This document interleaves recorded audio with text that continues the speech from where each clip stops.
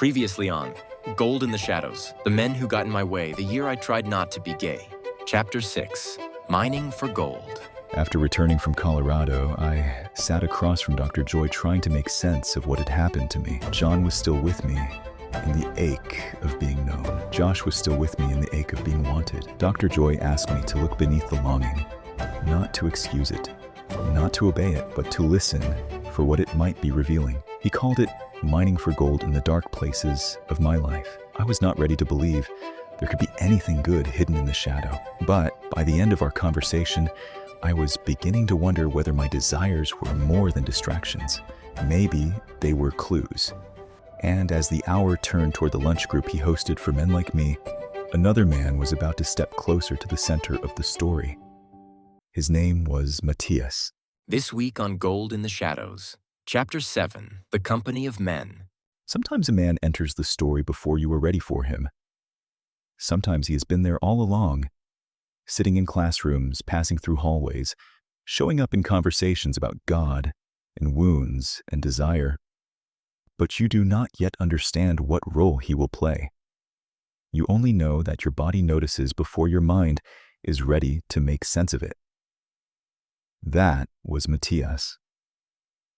At 39, looking back on my years in graduate school and seminary, men like Matias made it harder to not be gay. Then and now. Almost 13 years had passed, but the memory of him, our long, intimate conversations and deep affection for one another, came rushing back during my covenant year, as if time had only intensified what I had tried to bury. I had expected that year of spiritual pact to make things quieter. I had given up television, let my hair grow, prayed, journaled, listened, and tried to make room for God to tell me who I was supposed to become. I thought silence might simplify me. I thought devotion might finally bring my desires into order. I thought maybe if I gave God enough space, the longing for men would loosen its grip. But silence did not erase the men. It returned them. John came back first, carrying the ache of being known. Josh followed, carrying the ache of being wanted.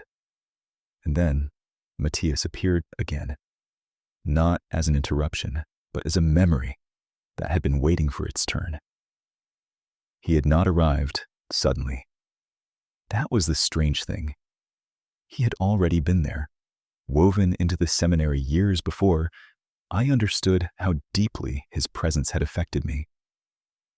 By the time I returned from Colorado, John and Josh were still very much alive in me.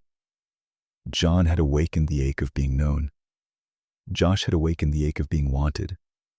And now, back at seminary, as I tried to gather myself into the shape of obedience again, Matias was waiting at the edge of the story. Only he was not really at the edge anymore. He was about to walk through the door. That afternoon, I was sitting in Dr. Joy's office, still trying to explain what my time in Colorado had awakened in me without naming it too directly. I talked around my feelings for John. I talked around my desire for Josh. I talked around the ache they had left behind, the longing to be known, the longing to be wanted, the longing to feel chosen by another man and not immediately condemn myself for wanting it. Dr. Joy, my professor and mentor, had a way of asking questions that made it difficult to keep hiding behind the safest version of the truth. "What do you think you wanted from them?" he asked. I answered too quickly. "Affection." He nodded, as if to say, "Keep going." "To feel close," I said. "To feel chosen, maybe." He looked at me carefully. "That's usually where the gold is." I almost rolled my eyes. "No," I said. "That's where the problem is." He smiled, but not condescendingly. "Maybe," he said, "but the problem is rarely the whole story." That was the sentence I was still carrying when the knock came. 2 quick taps against the office door. Dr. Joy glanced over. "Come in." The door opened partway, and Matias leaned his head inside. "Sorry," he said. "Am I early?" And just like that, the conversation changed. Or maybe it didn't change at all. Maybe the question simply took on flesh. Dr. Joy looked at the clock, then began gathering the papers on his desk. "No, you're fine. We're just about to start." Matias stepped into the office and smiled at Dr. Joy first, then at me. "Hey," he said. "Hey." It was nothing. A greeting. A glance. A smile that lasted maybe a second too long. But something in me recognized the old current between us. Before my trips to Colorado and the letters that followed from John and Josh, Matias and I had already become friends. More than friends, really. Something closer to soul friends. We were trusted companions. Two men who had learned to speak honestly about our struggles, our deep-seated weaknesses, and the complicated shape of our spiritual journeys. He was newly married, intelligent, watchful, and already carrying that voltage I'd begun to recognize in certain men. The combination of restraint, curiosity, and emotional over-attunement that told me there was more moving beneath the surface than ordinary friendship. He talked about men in ways that sounded familiar to me. Not overtly, never recklessly, but with enough warmth, enough ache, enough charged ambiguity that I could feel the outline of kinship even before anything more explicit passed between us. He was blond, nearly 6 feet tall, with the build of a non-athlete who somehow still looked athletic. I was drawn to his easy, masculine smile and the tenderness he carried just beneath it. There was a watchfulness in him, too, a way of listening that suggested he was often hearing more than what was being said. Even though he was married, I knew he was not fully straight. Or, maybe I should say, I sensed it. The way one closeted man senses another before either has said enough to be known. Seeing him again after Colorado did something to me. John and Josh were still very present in my memory, but they were far away. Matias was right in front of me, and I liked that. Dr. Joy stood and began shifting the room from office to gathering place, moving a chair, clearing space, setting aside the private conversation we'd been having as if it could be folded neatly into the stack of papers on his desk. But I could still feel it, that question. What if the longing was not a problem to be fixed? What if there was gold beneath it? Matias took a seat across from me, casual and unaware, or at least pretending to be. The fond affection we had forged over the previous year at seminary returned quickly, almost embarrassingly so, as if it had only been waiting for proximity. Soon, the others began to arrive. One by one, men stepped into the room with theological questions, sexual confusion, spiritual exhaustion, and the careful kind of humor people use when they're trying not to let the room become too serious too quickly. It was not an official therapy group, not exactly. It was more informal than that, though the air in the room often carried the weight of confession. We gathered because Dr. Joy had created a space where certain things could be said aloud, not easily, not without shame, but aloud. There was always a charged awkwardness to those lunches, the relief of not being alone mixed with the fear of how much aliveness might be exposed if we were too honest in a room full of men. We were seminarians, counselors in training, ministers in process, men of prayer and vocabulary, men who knew how to speak in careful categories. But beneath the language of healing and holiness, many of us were carrying bodies that did not always agree with our theology. Once everyone settled, Dr. Joy looked around the circle. "So," he said, "where should we begin today?"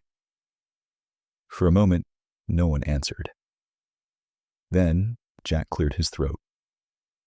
Jack was one of the quieter men in the group, the kind of guy who seemed both eager to speak and terrified of what might happen if he did. He had a nervous intelligence about him, a restless energy that showed up in the way he tapped his fingers against his cup and glanced down before he said anything too revealing. "I can share something," he said. Dr. Joy nodded. "Go ahead." Jack took a breath. "I've been thinking about what you said last week, about listening to the body, about how sometimes the body knows things before we do." The room grew still. That was how it happened in those groups. One sentence could move us from sandwiches and small talk into the underground. Jack looked at the floor. "There was this experience," he said, "a while back, with another guy." No one moved. "We met up. I knew what was going to happen. I wanted it to happen." He swallowed. "It's hard to admit, but we ended up having sex, and I remember it feeling good at first. I wasn't confused in the moment. I wanted it." Dr. Joy's voice was gentle.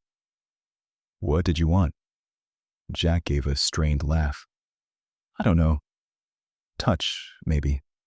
To feel wanted. To stop fighting it for once." A few of us looked down, because we all knew the answer to Dr. Joy's question. "What did you want?"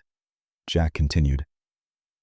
"At first, like I said, it felt good. That's the thing. It did.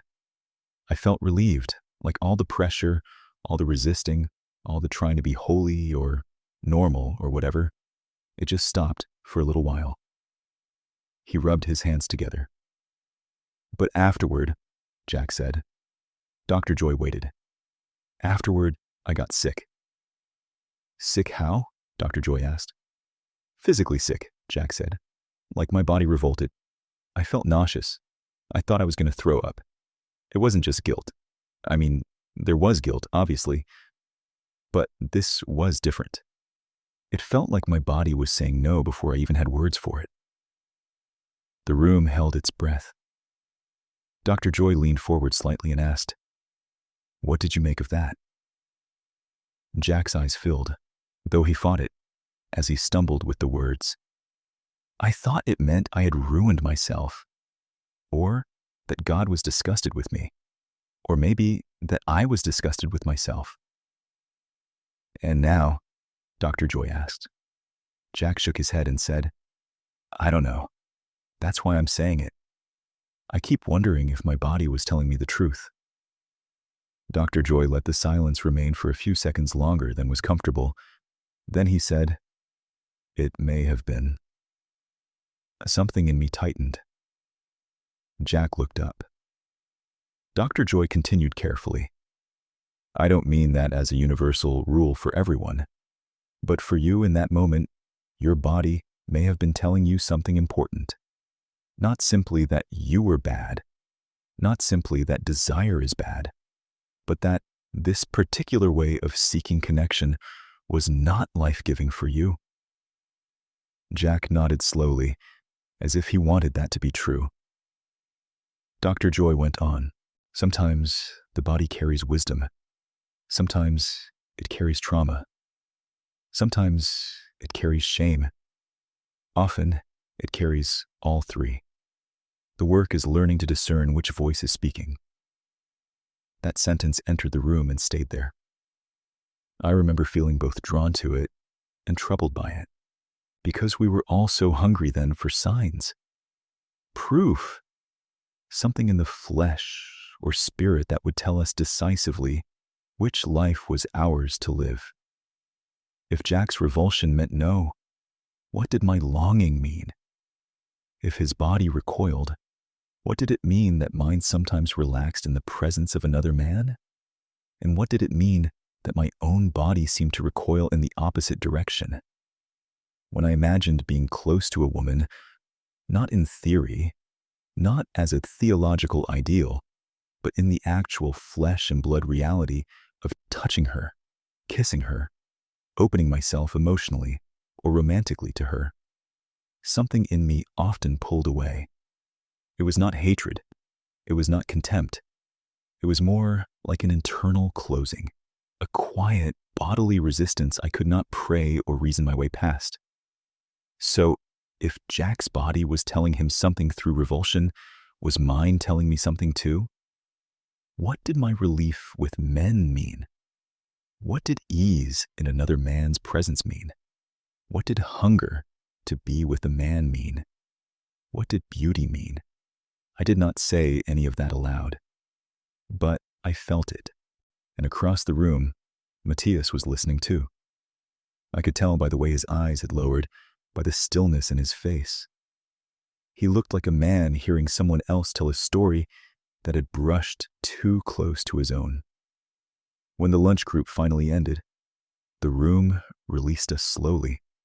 Someone made a joke too quickly, the way men sometimes do when confession has gone too deep and no one knows how to walk back into ordinary life. Dr. Joy gathered his papers. Jack wiped at his eyes and tried to look casual. The others drifted toward the door in pairs and fragments, still talking, still avoiding, still carrying whatever had been stirred in them. Matias and I walked out together. Nothing happened. That is the part that is hard to explain. Nothing happened, and yet everything in me felt like it was happening. He was beside me in the hallway, close enough that I could feel the warmth of his body, close enough that the smallest brush of his arm against mine would have felt like a confession. I wanted to touch him. I wanted to reach for his shoulder, his hand, the back of his neck. I wanted to turn toward him and let the charged silence between us become something honest, something dangerous, something I would not have had the courage to name. I wanted to kiss him. I wanted to be with him, and the force of that wanting frightened me. Because by then, John and Josh had become absents. They were letters, memories, ache, distance. They had awakened something in me and then left me carrying it alone. But Matias was not a letter. He was not a memory from Colorado. He was not a man I could safely long for from several states away. He was right there. And all the longing I had tried to discipline, all the affection I had tried to spiritualize, all the hunger John and Josh had stirred and left behind seemed to gather itself and move toward Matias. It was as if desire, denied one place, had found the nearest open door. We stood for a moment outside Dr. Joy's office, neither of us quite leaving. I do not remember what we said. Probably something ordinary, something safe, something about class or summer plans or the awkward courage of Jack's confession. But beneath whatever words passed between us, another conversation was taking place. His eyes held mine a little too long. Mine did the same. And for a moment, the hallway felt too narrow for all that we were not saying. Then someone came around the corner, and the spell broke. Matias smiled, looked down, and stepped back into the ordinary world. I did too. But I walked away from that lunch group carrying a question I could not shake. What if the body could say no? And what if it could also say yes? I would not see Matias again for a while. Summer was coming, and I was leaving seminary for New Hampshire, for a soccer camp tucked into green fields and humid afternoons, for Will and another company of men, for a season that would feel, for a brief and shining moment, almost uncomplicated. There would be laughter. There would be sweat and sun, and boys becoming brothers under the bright mercy of summer. There would be joy, a reprieve. But it would not erase Matias. It would only delay him. Because when I returned from New Hampshire, the question that had followed me out of Dr. Joy's office would still be waiting. So would Matias. And the next time we found ourselves alone together, the space between us would become much harder to resist. Next time on Gold in the Shadows, Chapter 8, The Boys of Summer. After the charged intimacy of Dr. Joy's office and the company of men, I leave Kentucky behind for a few weeks in New Hampshire, where soccer fields, summer light, and the easy laughter of young male coaches offer something I haven't felt in a long time: relief.